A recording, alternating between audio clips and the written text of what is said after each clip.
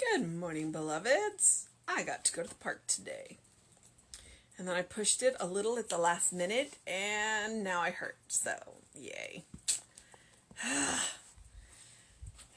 But the squirrels were fun. And the hawk was in the park. She didn't fly, and she was at the very top of a branch, and, literally the top of a tree. So none of my pictures are going to come out, but it was a thrill to see her. I didn't see any of the blue jays today, though. It was cool when we got there, and then, right after we got there, it warmed up just enough so that suddenly there was mist everywhere. And the second loop, there was a nice breeze. It's almost like the temperature dropped, but I don't think the temperature dropped. I just think the breeze picked up. So, it was a good day in the park.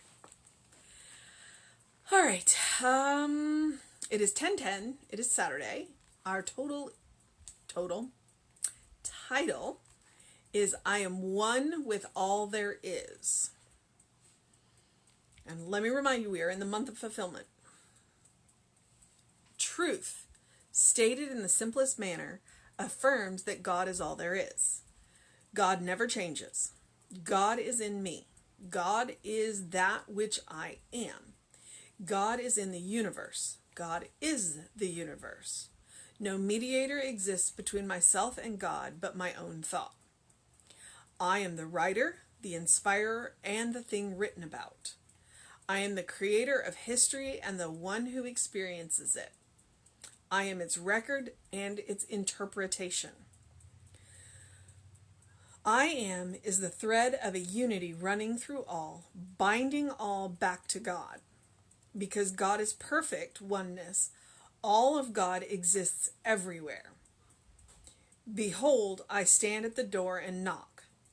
This divine visitor, which is my true self, is both the one who stands at the door and knocks and the one who opens the door. It is the glory of this recognition that gives mastership. There is but one self, who needs no mediator. This self is immediate, present, and available. Every cell of my body, every thought of my head, every glory of my spirit dwells in the very center of the one. In the stillness of the new day, I know that I am one with all there is, now and always.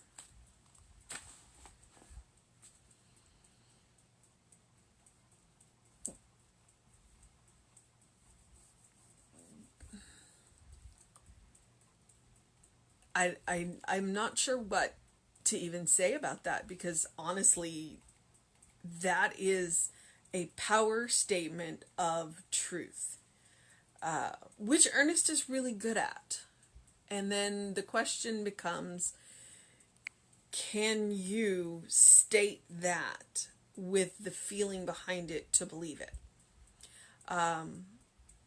And I love that he kept saying there's no mediator. I was raised Catholic.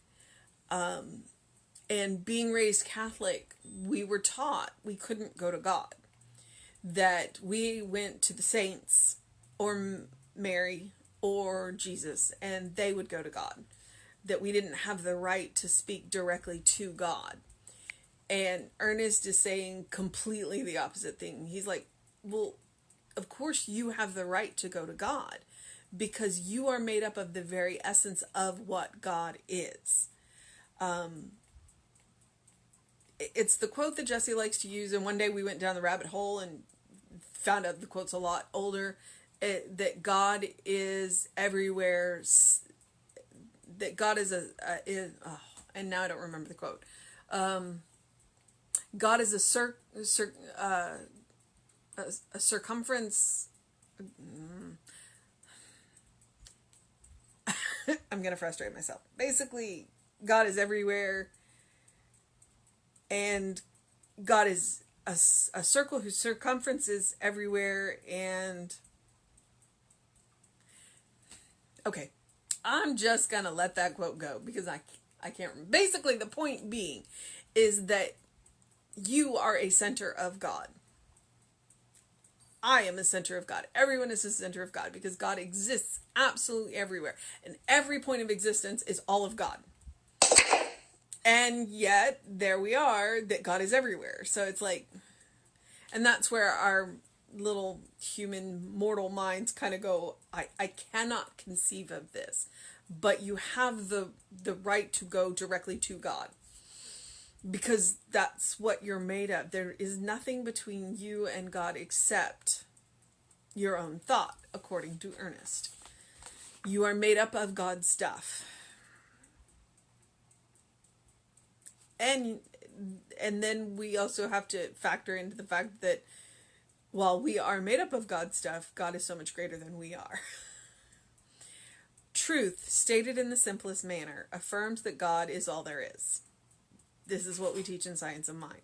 God never changes. We change. God does not.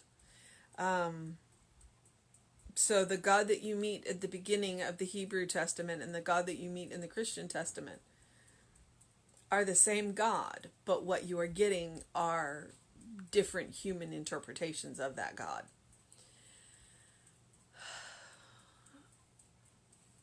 God is in me.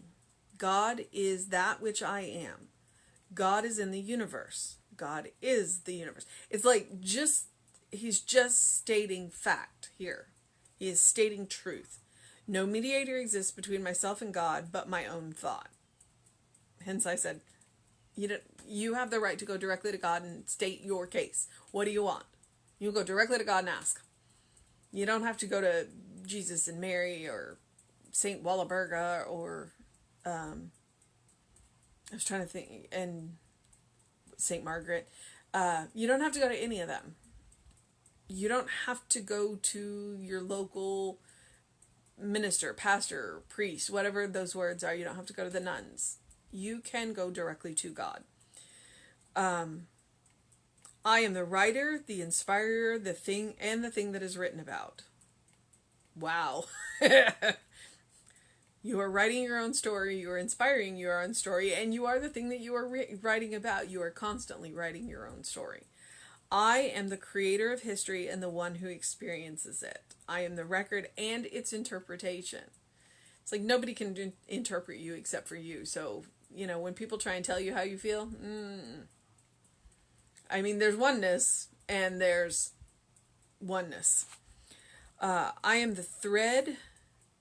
Okay, so when in this sentence he says I am, and he uses the capital A. So I am is the thread of unity running through all, binding all back to God. Because God is perfect oneness, all of God exists everywhere. There is nowhere that God is not. There is no point that God is not. There is, and God is concentrated. It's like the ocean, the drop of, the drop from the ocean contains all of the ocean, but the ocean is made up of all of the drops. Just let that blow your mind for a minute. And so, behold, I stand at the door and knock. Yes, that is a Bible quote. It's in quotes. This divine visitor, which is my true self, is both the one who stands at the door and knocks and the one who opens the door. So think about that for a minute. It's almost like if you stand there and envision that you yourself are knocking on the door and you are coming to open it. So which one of you is shining with the light?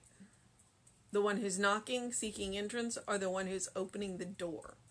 Because it could be either one. And some days it's different. It's like some days I'm the one, the human me is the one going to the door and knocking. And my divine self is answering. And some days, my divine self is going to the door and knocking. And it's my human self that is answering. And it can be both. Because some days my divine self is going, hey, I really need your attention. And some days my human self is knocking on the door going, hey, I really need some attention. But either way, the door is always going to be answered. The door is always going to be answered. And I think that, really. Think about it that way. The door is always going to be answered.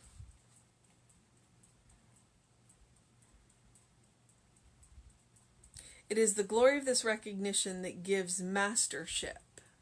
The door is always going to be answered.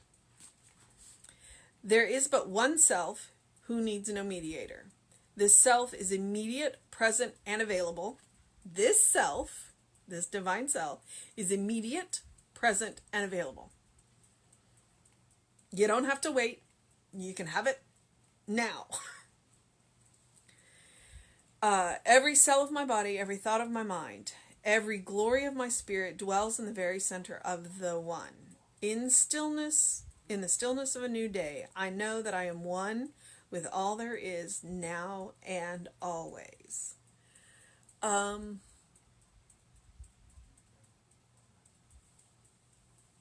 If I was like a painter, that's exactly what I would want to do now, is go and take a painting and make a painting of me knocking on the door and me opening the door in the same shot. And so I'm sitting, and I'm not a painter. I don't draw, I don't paint, I don't do any of that, but I do take photographs. So now I'm sitting here thinking, how can I Photoshop that picture? So I'm going to think about that. See about creating that image for myself. So whatever medium you use, consider doing that. I'm just really stuck on that. I mean, something else in here may have caught your attention that is not what got my attention, but I like that. So, our mission today, should we choose to accept it,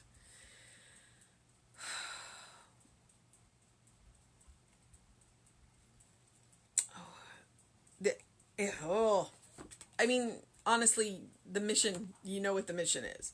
The mission is to the recognition of I am one with all there is. The conscious recognition that God is everywhere, God is present, God is immediate, God is available. Or spirit, whatever word you want to use. It's immediately available, immediately present. And that's one of those that it's like, okay, I can accept it for a second.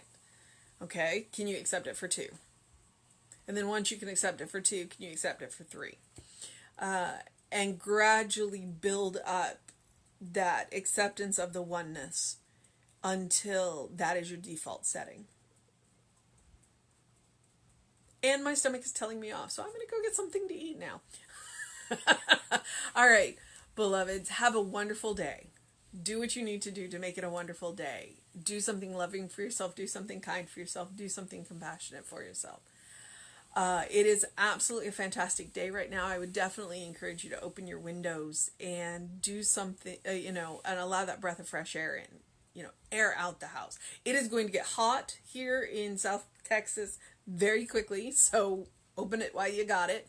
And then I encourage you to open the windows of your soul and allow the breath of heaven to remind you that you live in heaven now. It is what you make of it. And to allow that breath of heaven to remind you that you are a beloved child of God in whom Spirit is well pleased, always and forever. If God is changeless, then that means that you are always the beloved child of God, and there is nothing that you can do to change that. That Christ nature doesn't change. It is always loving, always giving, always there, and always accessible. And there's nothing between you and it. So, all right. Yeah, I'm going to move into the process of my day. And I'm going to encourage you to do what you need to do to make it a fantastic day for yourself. Take care of yourself, all right, beloveds? Because you are loved. All right? Reverend David will be back with you at 5 p.m. today. I'll be back at 9 a.m. and then we will have an amazing service. Jess was really on fire last week, so I know it's going to be a good one again. Have a wonderful day, beloveds.